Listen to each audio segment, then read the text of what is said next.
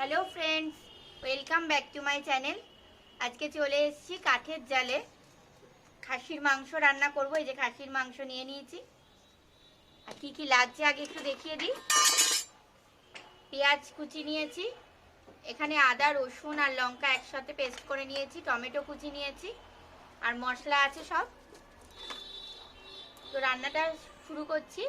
তার আগে একটু বলে দিই, আমার চ্যানেলে যারা নতুন অবশ্যই চ্যানেলটিকে সাবস্ক্রাইব করে দেবেন, লাইক কমেন্ট এবং শেয়ার করবেন, আর ভালো লাগলে অবশ্যই ভিডিওটি দেখতে থাকুন। কড়াইটা গরম হয়ে গেছে, এবার সর্ষের তেলটা দিয়ে দেব। তেলটা গরম হয়ে গেছে, এবার আলুগুলো প্রথমে ভেজে নেব। এবং বড় বড় করে আলু কেটে নিয়েছি।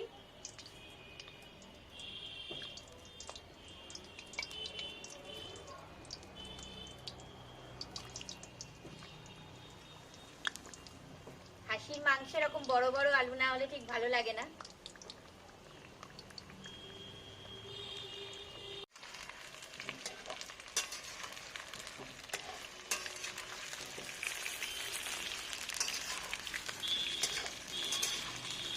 আলুটা আগে ভালো করে ভেজে নেব, একদম লাল লাল করে ভেজে নেব আলুটা।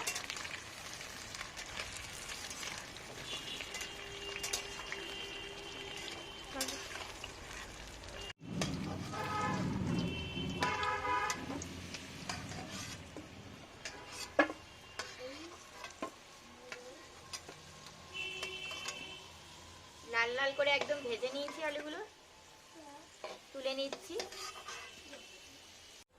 এখানে জিরে নিয়েছি, তেজপাতা নিয়েছি, আর শুকনো লঙ্কা ফোড়ন নিয়েছি। এগুলো আগে দিয়ে দেবো ফোড়নগুলো।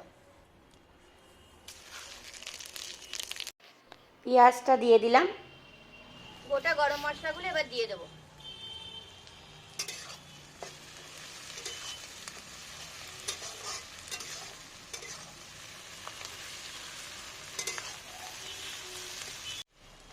এই যে আদা রসুন আর লঙ্কা বাটা, এটা এবার দিয়ে দেবো।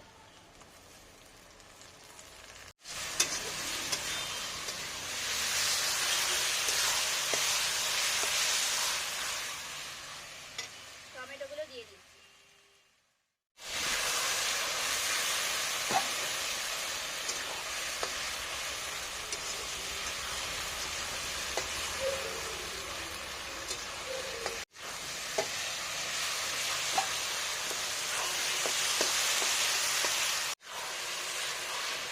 এবার মশলাগুলো এক এক করে দিয়ে দেবো। প্রথমে হলুদ দিচ্ছি,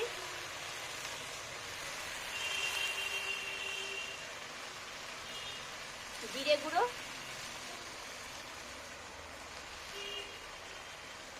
ধনে গুঁড়ো, অল্প একটু চিনি দিয়ে নিলাম, আর লবণটা একটু পরে দিচ্ছি।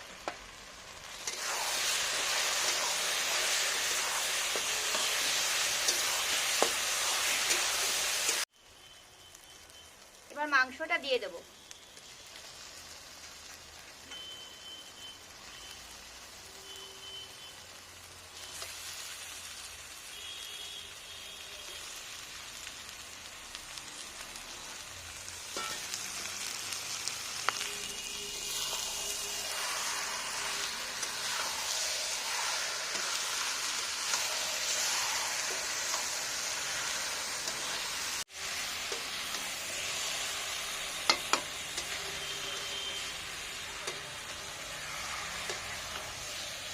এবার মাংসটা ভালো করে কষিয়ে নেব।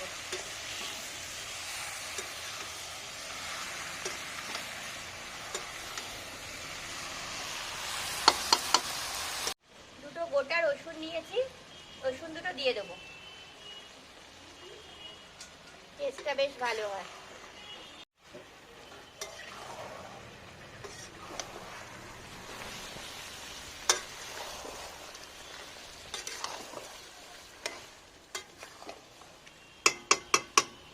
অনেকক্ষণ ধরেই কষিয়ে নিচ্ছি, এবার আলুগুলো দিয়ে দেবো।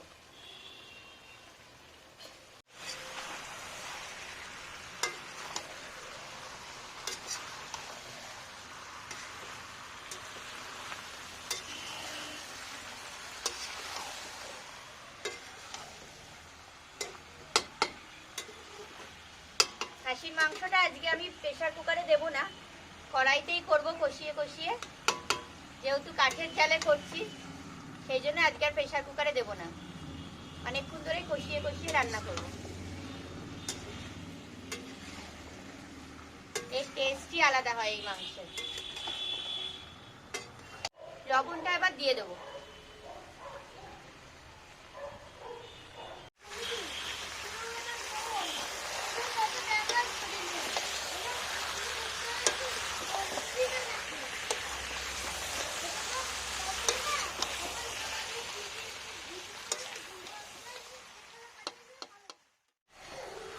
অনেকক্ষণ ভালো করে কষিয়ে নিয়েছি, এবার জল দিয়ে দেবো।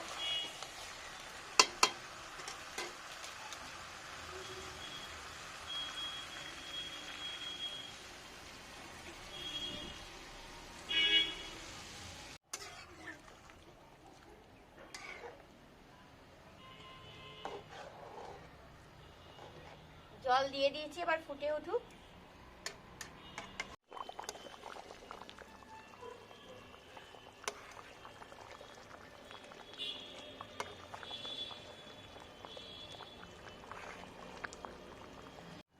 খাসির মাংস রান্নাটা আমার হয়ে গেছে,